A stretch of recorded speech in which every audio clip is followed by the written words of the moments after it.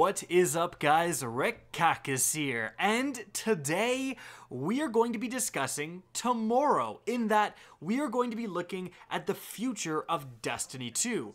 Not discussing what's next, but rather what's after what's next. And by that I mean what is coming after Penumbra, Season of Opulence. And this is a really interesting question because we have really been in the dark, and I'll explain exactly why, but first let's talk about where are we coming from with this information, because actually only recently, a couple of days ago, Bungie even acknowledged that Destiny 2 was going to be supported after Penumbra. And here's what I'm talking about. It comes at the very end of the new Destiny 2 ViDoc when Luke Smith is talking about the Season of Opulence, and then actually what's after that. Let's take a listen.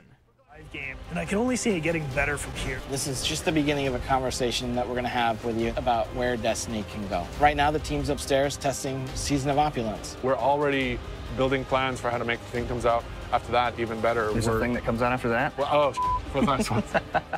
So, as we've said, Luke Smith is talking about Season of Opulence, which is coming after Season of the Drifter. That's the one arriving very soon on March 5th. And then a Bungie dev chimes in with, and we're working on something after that. And then another Bungie dev says, oh, well, after that, we're not talking about that yet. Clearly referring to the DLC or whatever is coming after Season of Opulence. Because of course, you know, they wouldn't say, oh, we're not talking about that. They clearly are talking about Season of Opulence. They've announced that forever back. It used to be Season of Redacted, but still, I think they're really looking at what's coming after Season of Opulence. Okay, so why is this a big deal? Like, why does this matter at all? Some of you may be saying, well, obviously, we're getting something probably in the fall. I mean, we always get something in the fall. And that's very true. Ever since Destiny 1 first came out in September, I think 2014 was it? Forever ago, there's always been something in the fall. Destiny 1 launch, then we got the Taken King expansion, then we got the Rise of Iron expansion, then Destiny 2 launch, then Forsaken, and now we're coming up on 2019. What's going to hit us in the fall? Well, again, most people thought, well, obviously we're going to get a fall expansion, but actually, this is the first year where that's really been under question of whether or not that's happening. Why? Well, Activision and Bungie split up, remember. Bungie is now self-publishing, and all of those Activision resources are going away. High Moon Studios and Vicarious Visions, two entire different development studios, their sole purpose right now is working with Bungie to make Destiny 2 content. And once they finish with Season of Opulence and Penumbra, like, that's Vicarious Visions, that's what they're working on right now. Once they're done with that, they're done. Like, they're with Activision, and Bungie is totally on their own. So the obvious question comes up, will Bungie have the resources to get out a full big DLC by the fall, especially since the fall has been where we've got the biggest Destiny expansions?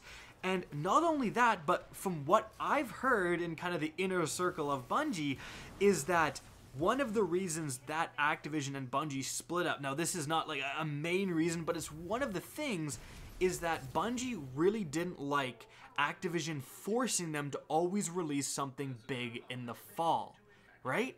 So that's actually a really, really important point, that Bungie felt like they were being pressured to always have a big expansion. Maybe they weren't ready. Maybe they wanted to add more. Maybe they wanted to release more closer to December or even next, you know, the spring or whatever. But Bungie didn't like that force from Activision always making them do things in a certain way. In addition to that, there was a lot of speculation about the next thing just being Destiny 3. Now, I really do not think Bungie would be able to create Destiny 3 by fall 2019. Like, absolutely not. But they finally got their freedom. They are finally just their own independent studio, not being pressured and not being forced into certain ways of doing things by Activision. Could the mindset just be from Bungie? Well, Destiny 2 was not really a huge success. And, you know, that could have been from several reasons. I'm sure Bungie was at least partially at fault, but it could have been Activision really pushing them, hey, this needs to be more casual friendly, this needs to be more casual friendly, and that could have potentially led to Destiny 2's downfall. But my point is, could Bungie be looking at this as an opportunity to start again? Make Destiny 3 the way Bungie truly envisioned a Destiny game launching. Like, start from scratch and really have their vision come to life. Honestly, like, I think that is what they're thinking. But that would of course mean that Destiny 2 is almost left to die if it wasn't to be supported. Maybe there'd be some, little events after Penumbra, but really not much. This soundbite that we played earlier is the first even acknowledgement that Destiny 2 would be supported past Season of Opulence by Bungie themselves, and that is really interesting. Now, what is that going to look like? I feel like there is going to be one last hurrah DLC. Maybe it's a big one, like Forsaken. Maybe it's a smaller one, but introduces a bunch of cool stuff. It could be Bungie just kind of going all out, reintroducing D1 raids, a lot of the stuff that maybe Activision wasn't super supportive of. They could just go buck wild with one final Age of Triumph almost like expansion for Destiny 2, and then the next project is Destiny 3. I think that has a pretty good chance of happening, but another soundbite from that same ViDoc was Bungie talking about a Bungie-controlled Destiny future and saying, we're going to be able to respond and make content so much quicker for live service. We're starting to figure out what the roadmap for a Bungie-controlled Destiny looks like.